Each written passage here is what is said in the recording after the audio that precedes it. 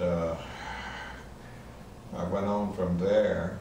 Because my aim was to go to Moore School of Electrical Engineering, to become an electrical engineer, and during the meantime I found that I was more interested in being a physicist than an electrical engineer.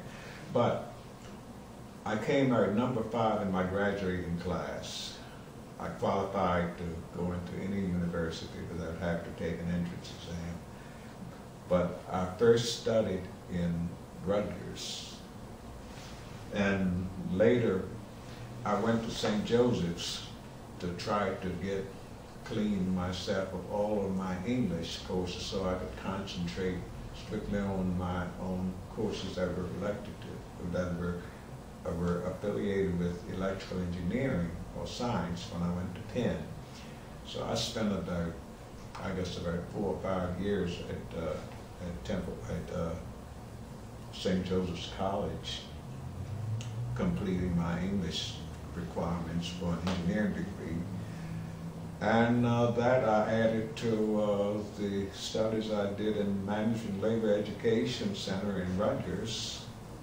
And later, I spent about 3 years in Penn, University of Penn, studying political science courses, because I had become a committeeman of the 10th Division, 10th Ward, 34th Division, 10th Division, 34th Ward at Philadelphia as a Democratic committeeman, which was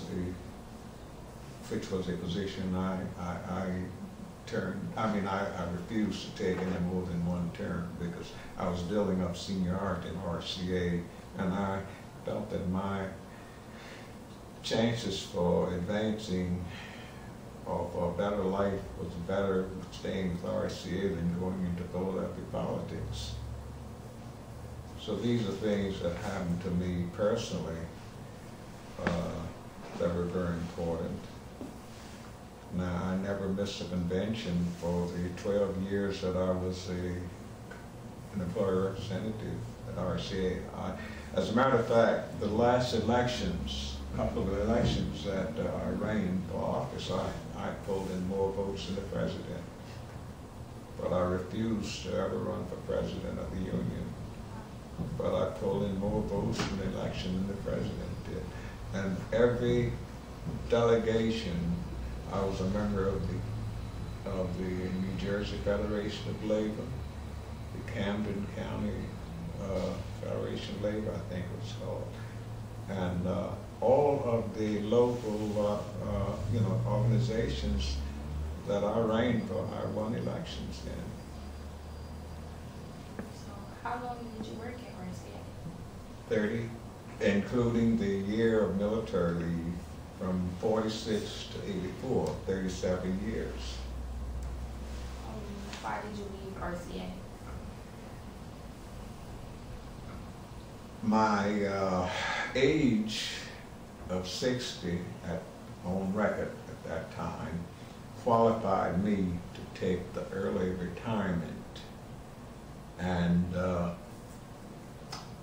I took an advantage of the retirement because I could get the option, I could choose the option of taking a lump sum settlement. Lump sum settlement meant that dollar matching that RCA had put into my retirement program from the day that I started would mean that I could get all that I had put into it plus the equivalency of money that RCA had matched with my input to my retirement, plus the other little perks like position not held and for the year of service, etc., etc. So I came out with a decent lump sum settlement that I rolled over into an individual retirement account, which I didn't have to pay taxes on. In other words, my money, RCA's money, was taxable, but putting it into an individual retirement account under rules of the government, I would not have to pay taxes on any of that money until I drew it out. up to the age of 70. Can you describe how you felt when RCA closed?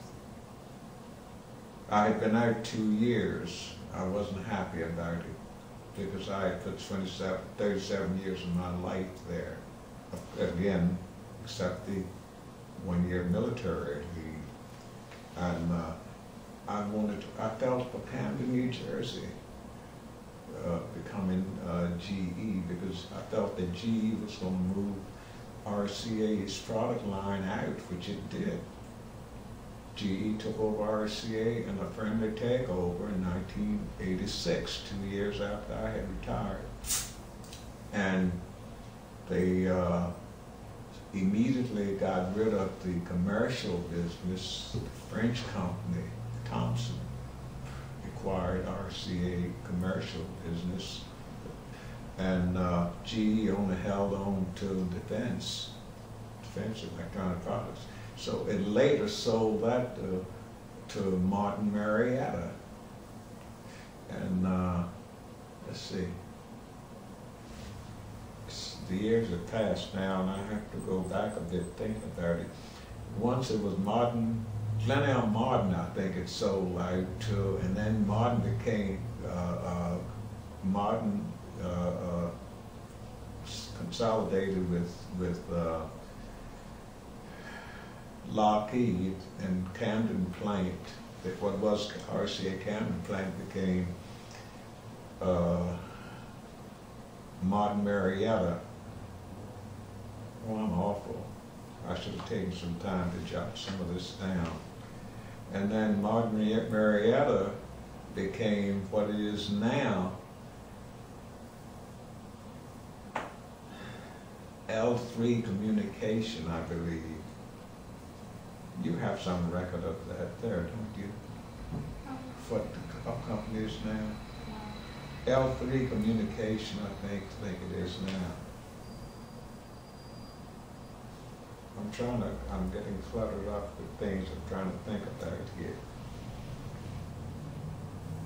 But to answer your question, how I felt about RCA closing down, I wasn't pleased with them, because I had invested in RCA. I had owned some RCA shares for a number of years. I thought that much of the company, and a lot of the company.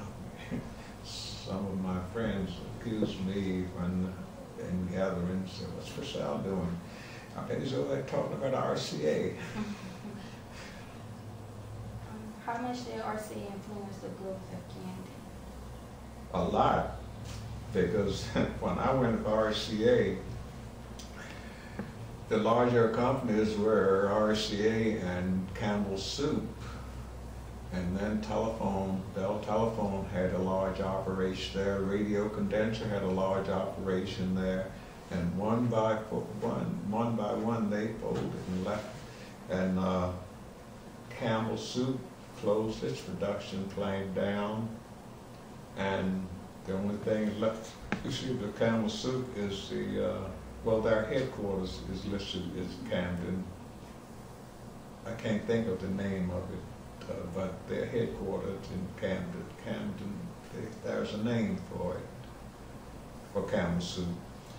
And then, of course, RCA left, and that was your major industries. Also, department stores. Sears went out on the boulevard. Litt Brothers closed up down in Camden, and the city of Camden occupied that facilities as part of the city of Camden's government. I didn't want to see Camden go, but I mean, all those years, I remember we had Walt Whitman Hotel, Plaza Hotel, Milner Hotel. Milner Hotel housed the artists, the recording artists that came into Camden to record in the building I retired from, 10 building. There was a recording studio in there. And that was quite an experience. It was built on springs, it was not mounted to the solid structure of the building. And when you went in there, it was an odd feeling, you know, there was almost a deafening type of feeling, because you could hear nothing but what was coming from your mouth. And of course, RC eventually closed that building down, but recording artists stayed down at the Milner Hotel I think it's the Milner Hotel at the Delaware Avenue and Market Street. And of course, that went down, and that took street people in, and there's another hotel up on 4th Street, 4th and Camden, that went out of business. Each one of those hotels went down and started taking transit types, you know, street people, except the Wolf Whitman. I don't think Wolf Whitman ever went down that far. When they closed, they closed. Because that was, the stock market had an office there. As a matter of fact, stock market's office in the Wolf Whitman Hotel is where I purchased my first RCA shares. And that was on the corner of Broadway and Cooper. And the New Jersey Bank was big there. That has closed up. That was also up there on Broadway and Cooper. And they became Mid-Atlantic. See, another name went in there, but they are now PNC on the corner of Broadway and Cooper Street. No, Broadway and Market. PNC is Broadway and Market. And no, and then take Admiral Wilson Boulevard. My God, what's left on Admiral Wilson Boulevard?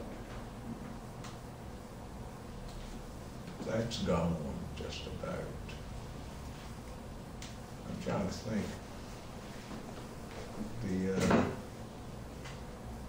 I don't know what they're using that Sears building for on Admiral Wilson Boulevard, but Canal Liquor is gone. I don't recall anything left there. There was a hotel there. Can't think of the name of that at the moment. Oh, the only thing left is pub. Yeah, pub. Down around Airport Circle. But there, oh, and I beg your pardon. On the other side, away from the side where Sears is on, there are some service stations. And there's a bus company over there. That's on Admiral Wilson Boulevard. But on the coming in from Philadelphia, from the bridge, from the plaza, on the right-hand side, on the left, yeah, on the right hand, on the left-hand side, there's practically nothing over there. Pubs around the Airport Circle, and I don't recall any other businesses on Admiral Wilson Boulevard now that is left all the way up to the plaza, Bridge Plaza. As usual, I've probably gone off of your question. Bad habit of mine. Okay. Also, I see another member, I guess, I'm assuming a member of your staff that came in, and she points to her watch.